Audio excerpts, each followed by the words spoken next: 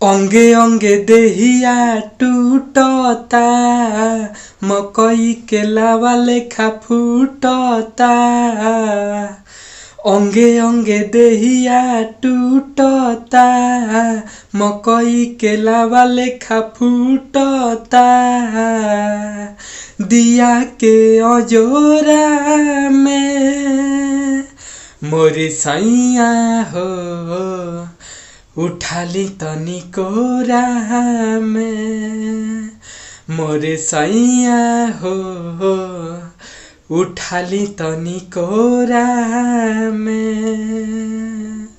तो इसी ट्रैक पर दोस्तों हमने बहुत ही जबरदस्त सॉन्ग लिखा है छठ पूजा का, वो भी फुल और फ्री। जी हाँ दोस्तों, तो इस गाने को सुनने से पहले मुझे आपसे एक छोटी सी रिक्वेस्ट है कि अगर आप अपने भाई के चैनल पर नया हैं तो चैनल को सब्सक्राइब करके बगल में बेल आइकन की घंटी जरूर दबाइएगा मेरा वीडियो सबसे पहले देखने के लिए। तो चलिए दोस्तों, देरी ना करते हुए आज का छठ पूजा का सॉन्ग देखा जाए और सुना जाए कैसा है। चहकेला मन जब आवेलू, घरे घरे खुशी बरसावेलू। ए माई चहकेला मन जब आवेलू, घरे घरे खुशी बरसावेलू। फेरू ना भेटैबू तू छठी मैया हो, भोरे चले जाइबू तू छठी मैया हो, भोरे चले जाइबू तू।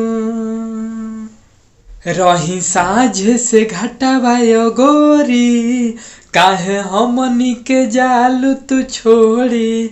अतना प्यार दुलार तू देख के, दिल सब कर जालू तोड़ी।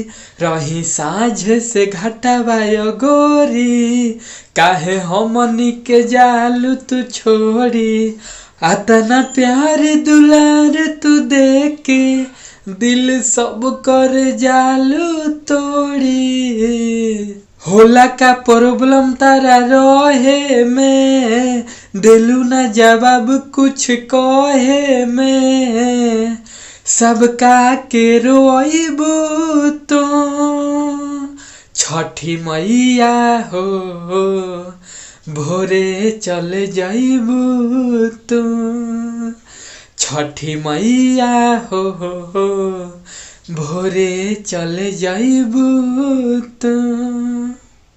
छठ घटिया उदास हो जाई, काल्ह केहू ना दी हवा देखाई। घर हूँ अब नीक न लागी, जब लेबू अपन विदाई। छठ घटिया उदास हो जाई, काल्ह केहू ना दी हवा देखाई। घर हूँ अब नीक न लागी, जब लेबू अपन विदाई। दे दरा किसके आशीर्वाद हो, रखी हो माई आबाद हो। ए माई दे दरा किसके आशीर्वाद हो, रखी हो माई आबाद हो। जबले फेर ना आइबू तू छठी मैया हो, भोरे चले जाइबू तू छठी मैया हो, भोरे चले जाइबू तू छठी मैया हो, भोरे चले जाइबू तू। तो कैसा लगा दोस्तों आपके भाई का ये छठ पूजा का सॉन्ग, कमेंट करके जरूर बताइएगा। अगर सॉन्ग अच्छा लगा है तो वीडियो को लाइक करना ना भूलिएगा दोस्तों, और चैनल पे पहली बार हैं तो चैनल को भी सब्सक्राइब जरूर कीजिएगा। मिलते हैं दोस्तों अगले वीडियो में नए हिट गीत के साथ, तब तक के लिए नमस्कार, बाय बाय।